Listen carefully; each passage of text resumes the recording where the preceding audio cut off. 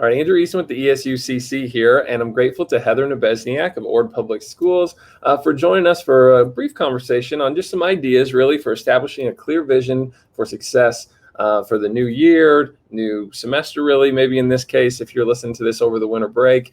If you could, Heather, just kind of help frame our thinking as we try to goal set for those more long-term pieces. Absolutely. Well, obviously, this school year has been something unlike any school year that we have ever had. And that has caused our students, our teachers, administrators, families, just to redefine what school looks like.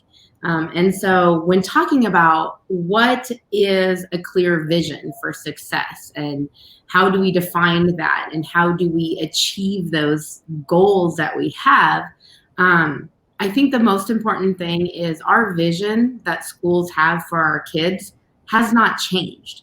Our vision has always been, just like here at Ord and many other schools across the state, that we do whatever we need to do to provide the best educational and social emotional environment for our students. That's our vision, so that the adults that we produce out of our system, the students that we contribute into our community and our society, have everything they need. And that vision has not changed. What has changed is how are we going to achieve that vision? And those are the things that administrators, teachers, students are experiencing across our state, as it's going to look a little bit different, but we can get to that vision. And we shouldn't change our vision because that's core to what we do here in both public and private schools across our state.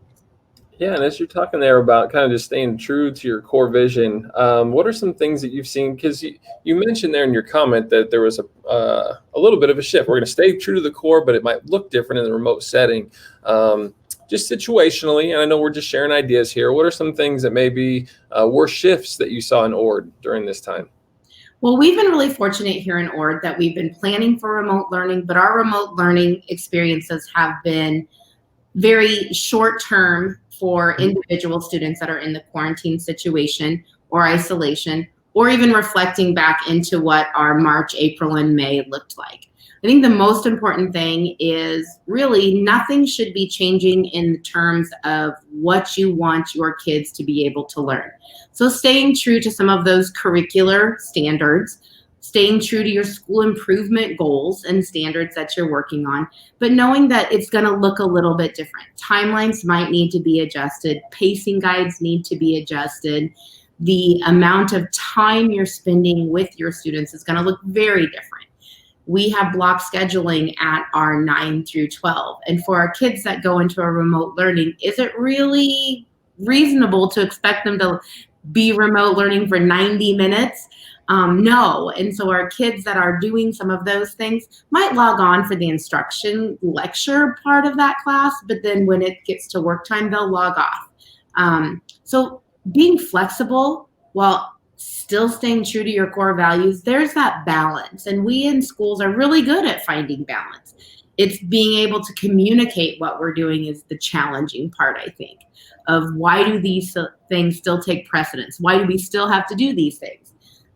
Grades still matter if you're in school, but it looks really different if you're working in your living room versus I have access to the teacher. So deadlines have to be used. At our elementary school, when kids are doing remote learning, we take a lot of those things off the table and we just want to engage with them. So finding that balance of how do you stay true to your core, how do you keep things rolling as schools should do, but adjusting our tools, adjusting our approach to it, and then being able to have those important conversations with all necessary parties so that everybody knows what's happening. Those are the challenges to find that balance.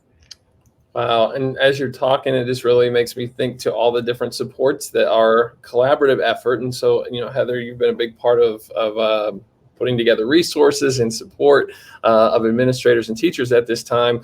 You can find on this site links and also conversations like the one we're having about communication, which is a big piece in your comment there. For the teacher support and trying to think about how to maybe stay engaged in those spaces, there's an entirely separate site that you can access from the main page that's designed specifically for teachers and to be teacher facing.